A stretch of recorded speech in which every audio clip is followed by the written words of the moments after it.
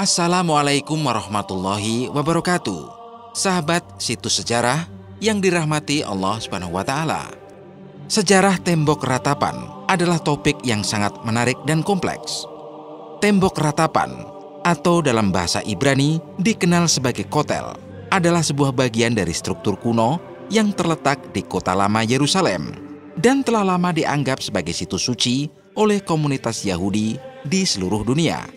Tembok ini merupakan bagian dari dinding-dinding bait suci yang dibangun oleh Raja Herodes Agung pada akhir abad ke-1 sebelum Masehi.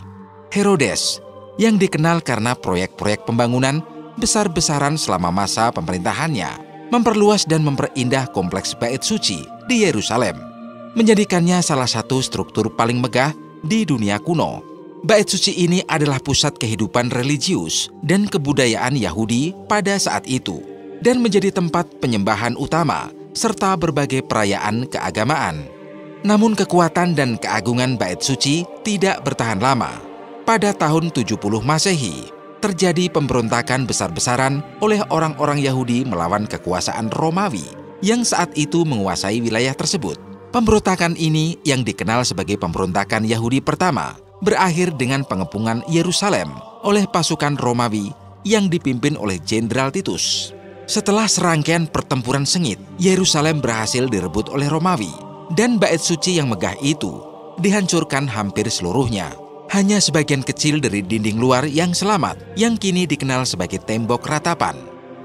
Tembok ini memiliki makna yang sangat mendalam bagi komunitas Yahudi. Sebagai satu-satunya sisa yang tersisa dari bait suci yang asli, tembok ratapan menjadi simbol kehancuran dan kesedihan atas kehilangan pusat religius mereka, sekaligus sebagai simbol ketahanan dan harapan akan pemulihan masa depan. Setiap tahun, jutaan peziarah Yahudi dari seluruh dunia datang ke tembok ratapan untuk berdoa menulis permohonan pada selembar kertas yang kemudian dimasukkan ke dalam celah-celah batu dinding. Tradisi ini menjadi bentuk ekspresi kesedihan, kerinduan, dan harapan akan datangnya era yang lebih baik. Selain dari aspek religius, tembok ratapan juga memegang nilai sejarah dan arkeologis yang sangat besar. Sebagai salah satu struktur yang masih berdiri dari masa kuno, ia memberikan wawasan berharga tentang teknik konstruksi, seni, dan budaya pada zaman Herodes. Penelitian dan penggalian yang dilakukan di sekitar tembok ini telah mengungkap banyak informasi mengenai sejarah Yerusalem serta kehidupan masyarakat Yahudi pada masa lampau. Secara keseluruhan, tembok ratapan bukan hanya sekedar monumen fisik, ia adalah simbol yang menghubungkan masa lalu dengan masa kini, memelihara memori kolektif dan warisan spiritual yang telah diwariskan dari generasi ke generasi, dengan semua makna dan nilai historisnya. Tidak mengherankan jika tembok ratapan tetap menjadi salah satu situs paling dihormati dan dikunjungi di dunia, melanjutkan perannya sebagai tempat doa dan refleksi bagi banyak orang hingga hari ini. Untuk mengetahui sejarah lengkap dari tembok ratapan ini, kamu bisa langsung simak penjelasan berikut. Sejarah tembok ratapan dikutip dari buku sejarah terlengkap agama-agama di dunia. Ini dia sejarah tembok ratapan sebagai bangunan suci umat Yahudi. Tembok ratapan adalah salah satu situs paling sakral dan penting bagi umat Yahudi di seluruh dunia. Tempat ini memiliki makna mendalam dan signifikan dalam tradisi spiritualitas Yahudi, sehingga menjadi pusat perhatian dan kekaguman dalam konteks keagamaan. Menurut tradisi yang diajarkan oleh para rabi, tembok ratapan berperan dalam arti tertentu sebagai pengganti bait suci yang hilang. Tembok ini merupakan bagian dari struktur kuno yang tersisa dari bait suci yang kedua, yang dibangun pada abad pertama sebelum Masehi, Raja Herodes Agung. Bait suci kedua ini adalah pusat ibadah utama bagi umat Yahudi dan memainkan peran vital dalam kehidupan religius dan sosial mereka. Namun pada tahun 70 Masehi, kekuasaan Romawi yang menguasai wilayah Yerusalem mengakhiri masa kejayaan bait suci dengan menghancurkannya sebagai akibat dari pemberontakan Yahudi pertama. Dengan kehancuran bait suci, umat Yahudi kehilangan pusat religius yang sangat penting, dan dengan itu, kesedihan dan keputusasaan menyelimuti komunitas mereka. Dalam konteks kehancuran ini, tembok ratapan muncul sebagai satu-satunya sisa yang bertahan dari struktur bait suci yang asli. Para rabi dalam tradisi Yahudi menggambarkan tembok ratapan sebagai pengganti simbolis dari bait suci. Meskipun tidak dapat menggantikan fungsi spiritual dan religius yang pernah dimiliki oleh bait suci, tembok ratapan menjadi tempat di mana umat Yahudi dapat merasakan kedekatan dengan Tuhan dan mengungkapkan doa serta harapan mereka. Sejak kehancuran bait suci pada tahun 70 Masehi, umat Yahudi telah berkumpul di tembok ratapan untuk berdoa dan melaksanakan berbagai ritual keagamaan. Tradisi ini berlangsung selama berabad-abad dan tetap berlangsung hingga hari ini. Pada tembok ratapan, umat Yahudi dari berbagai penjuru dunia datang untuk menyalurkan doa-doa mereka, menulis permohonan pada kertas kecil yang kemudian diselipkan di celah-celah batu tembok. Tindakan ini tidak hanya mencerminkan rasa kehilangan dan kesedihan yang mendalam, tetapi juga merupakan bentuk harapan dan permohonan untuk pemulihan dan pembaharuan masa depan. Selain fungsi spiritualnya, tembok ratapan juga berfungsi sebagai simbol ketahanan dan kesinambungan identitas Yahudi di tengah berbagai tantangan sejarah. Keberadaan tembok ini tetap berdiri, meskipun sebagian besar bait suci telah hancur, menjadi pengingat visual yang kuat akan ketahanan iman dan semangat komunitas Yahudi.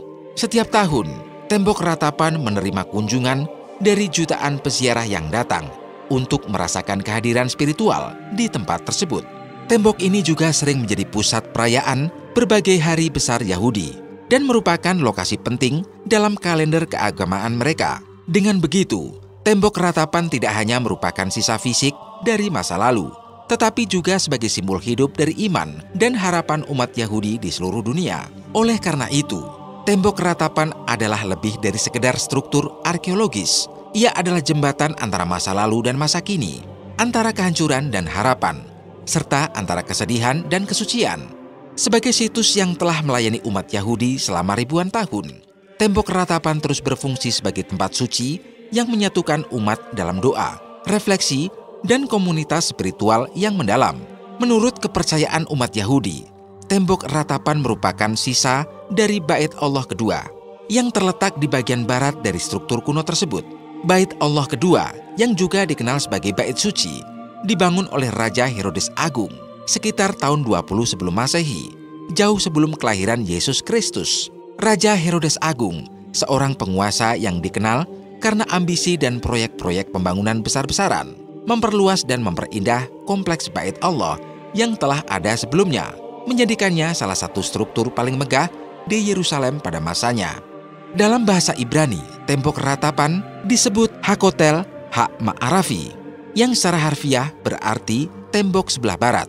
Nama ini merujuk pada posisinya yang berada di sisi barat dari struktur Bait Allah kedua. Setelah kehancuran Bait Allah kedua pada tahun 70 Masehi, yang merupakan hasil pemberontakan Yahudi melawan kekuasaan Romawi, umat Yahudi tidak lagi memiliki tempat suci, pusat untuk melaksanakan ibadah mereka. Keruntuhan Bait Allah menyebabkan kesedihan mendalam dan kehilangan besar bagi komunitas Yahudi di seluruh dunia. Pada tahun 123 Masehi, otoritas Romawi melarang orang Yahudi untuk berada di wilayah tersebut. Dalam periode ini, banyak orang Yahudi diusir dari Yerusalem dan wilayah sekitarnya. Sementara hanya sejumlah kecil orang Yahudi yang masih tetap berada di daerah tersebut.